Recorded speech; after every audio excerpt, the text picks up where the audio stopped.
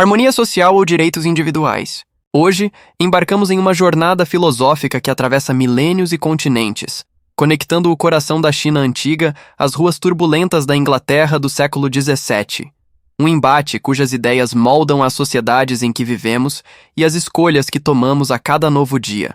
Permitam-me apresentar Confúcio, o sábio mestre que floresceu por volta de 551 a.C., na província de Lu, e John Locke, o pensador iluminista que nasceu em 1632 na Inglaterra, dois gigantes cujas visões opostas sobre a organização social continuam a ecoar em nossos debates sobre harmonia e liberdade. Confúcio surgiu em uma China fragmentada pela Era das Primaveras e Outonos, um período de guerras entre reinos feudais que deixavam campos arrasados e vilarejos em cinzas sob um céu carregado de incerteza e caos. Locke, por sua vez, veio ao mundo em Rington, uma vila rural inglesa, em meio à Guerra Civil Inglesa, uma época de revoltas contra a monarquia e de ideias que desafiavam o poder absoluto dos reis. Imaginem Confúcio caminhando por estradas empoeiradas ao longo do Rio Amarelo, o sol poente tingindo os arrozais de um dourado intenso, enquanto ele ensina camponeses e nobres sobre dever, virtude e harmonia, sua voz ressoando entre templos de madeira e árvores centenárias. Agora, visualizem Locke em uma sala iluminada por velas trêmulas em Londres, o som distante de carruagens e o cheiro de tinta fresca preenchendo o ar, enquanto ele redige tratados que lançariam as bases da democracia moderna. O cerne desse confronto é uma questão que atravessa eras e ainda nos provoca profundamente. O que sustenta uma sociedade justa? A harmonia coletiva, onde cada indivíduo se submete ao bem maior, ou os direitos individuais, que asseguram a liberdade pessoal acima de tudo. Confúcio acreditava que a paz social dependia de uma hierarquia bem estruturada, onde cada pessoa, do imperador ao agricultor, praticasse a virtude e respeitasse seu lugar na ordem cósmica, um sistema que ele via como reflexo do céu e da terra. Locke, em contraste, defendia que todos os seres humanos nascem com direitos naturais inalienáveis: vida, liberdade e propriedade, que nenhum governante pode violar sem justificar uma revolta popular, uma ideia que colocava o indivíduo no centro da sociedade. Esse debate não é apenas uma relíquia de tempos passados, mas uma tensão viva que pulsa em nossas democracias atuais, nas disputas entre coletivismo e individualismo, e nas discussões acaloradas sobre leis, liberdades e o papel do Estado na vida das pessoas. Confúcio nasceu em uma família humilde, possivelmente descendente de nobres caídos, em uma China onde a dinastia Zhou estava enfraquecida e os senhores feudais travavam batalhas sangrentas que destruíam aldeias e separavam famílias. Desde jovem, ele demonstrou uma paixão pelos rituais antigos, pelos textos sagrados como o Livro dos Cantos, e pela ideia de restaurar a ordem moral que via se desfazer ao seu redor. Sua filosofia, compilada nos Analectos por seus discípulos após sua morte, via a sociedade como um organismo vivo, onde cada parte, governantes, pais, filhos, devia agir com Ren, uma benevolência que cultivava harmonia e respeito mútuo entre todos. Que o governante seja um governante, o súdito um súdito, o pai um pai, o filho um filho, ele ensinava, acreditando que a desordem que testemunhava, campos queimados, templos saqueados, era o resultado de uma falha na virtude e na educação. Ele viajava por semanas, ensinando em mercados abarrotados, sob árvores retorcidas ou em salões de príncipes relutantes, rejeitando cargos oficiais para se dedicar a formar líderes que seguissem o Dao, o caminho celestial que alinhava os homens com o cosmos. Sua vida foi uma busca obstinada por influência, mas ele morreu em 479 a.C., aos 73 anos, sentindo que falhara em unificar a China sob sua visão de harmonia, embora suas ideias se tornassem a espinha dorsal da cultura confuciana por mais de 2 milênios. Enquanto isso, John Locke nasceu em um mundo de contrastes, em 1632, filho de um advogado puritano, em uma Inglaterra dividida por guerras religiosas e revoltas contra o rei Carlos I. Educado em Oxford, onde estudou medicina, filosofia e política, sua mente ardia com a paixão de entender como os governos deveriam servir ao povo, não o contrário.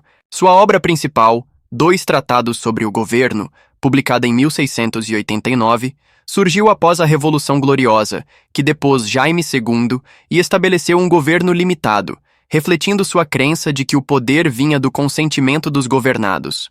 Os homens são naturalmente em um estado de liberdade perfeita, ele escreveu, rejeitando a noção de reis ungidos por Deus e propondo que a sociedade era um contrato entre indivíduos livres que delegavam autoridade ao Estado para proteger seus direitos.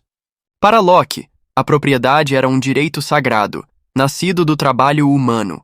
O agricultor que transforma a terra com seu suor, o artesão que molda o metal com suas mãos, e o governo existia apenas para salvaguardar essa liberdade.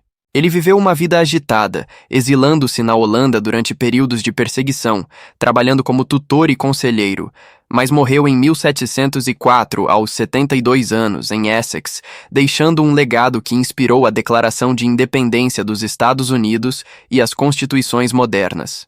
O embate entre Confúcio e Locke vai além de uma discussão teórica. É uma escolha entre dois paradigmas que definem como vivemos juntos.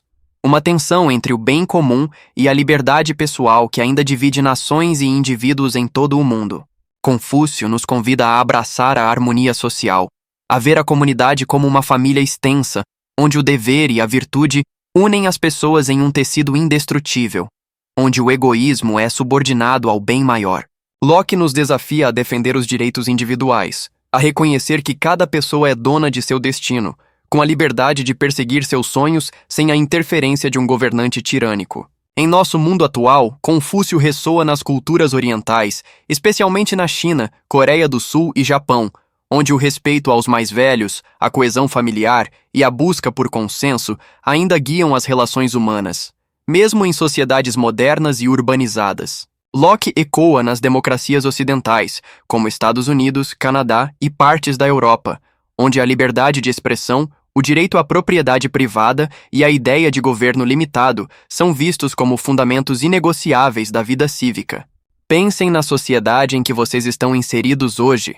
Vivem em um ambiente que valoriza a harmonia coletiva, como em uma vila onde todos se conhecem, compartilham recursos e seguem tradições antigas, ou habitam um mundo onde a liberdade individual reina, como em uma metrópole onde cada pessoa persegue seus próprios objetivos, muitas vezes sem olhar para o lado.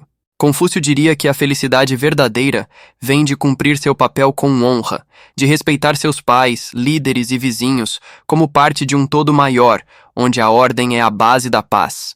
Locke insistiria que a felicidade reside na liberdade de escolher seu caminho, de possuir o que você cria com seu trabalho, seja uma casa, uma ideia ou uma empresa, e de viver sem a opressão de um governo que ignora seus direitos naturais.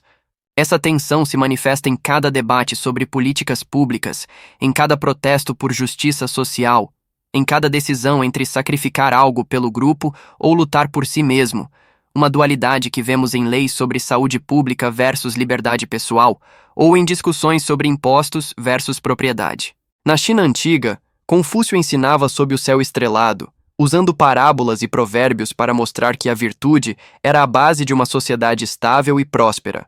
Uma lição que ele transmitia enquanto observava os rituais, como as oferendas nos templos, as cerimônias de casamento ou os tributos aos ancestrais, como o cimento que unia as pessoas, mesmo quando guerras e fome ameaçavam a ordem.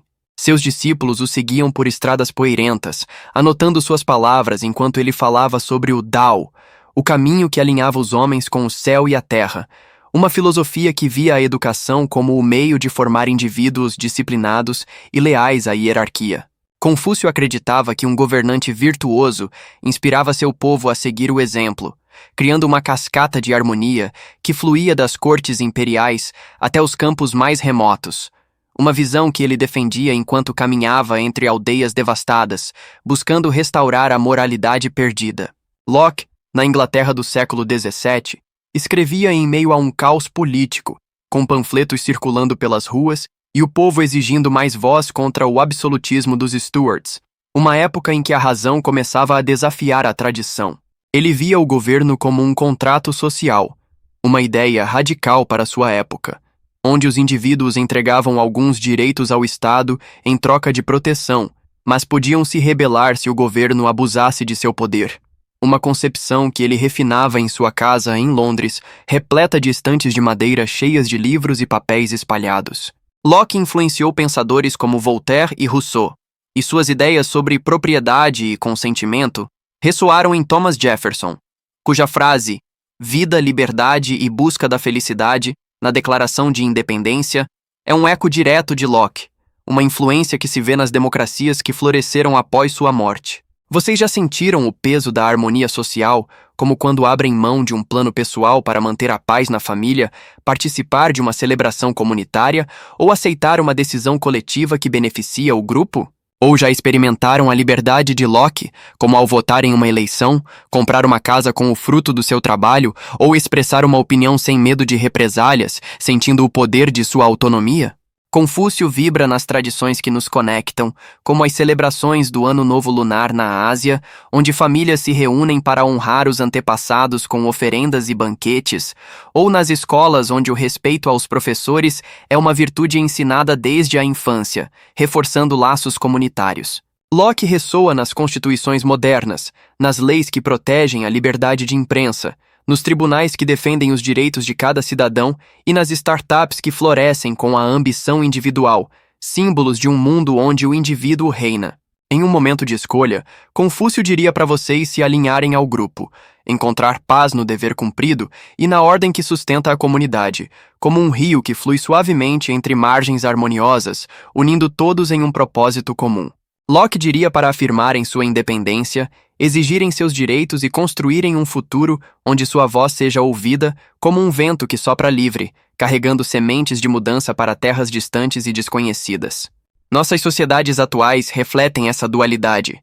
Países como a Coreia do Sul equilibram tradições confucianas com democracias modernas, onde o respeito aos mais velhos coexiste com eleições livres, enquanto nações como os Estados Unidos celebram a liberdade individual acima de tudo, mas enfrentam desafios de coesão social. Confúcio nos dá a segurança da tradição, a certeza de que a harmonia nos protege como uma rede que resiste às tempestades da discórdia.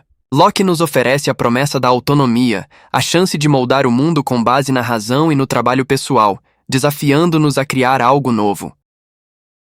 Quem vence esse embate?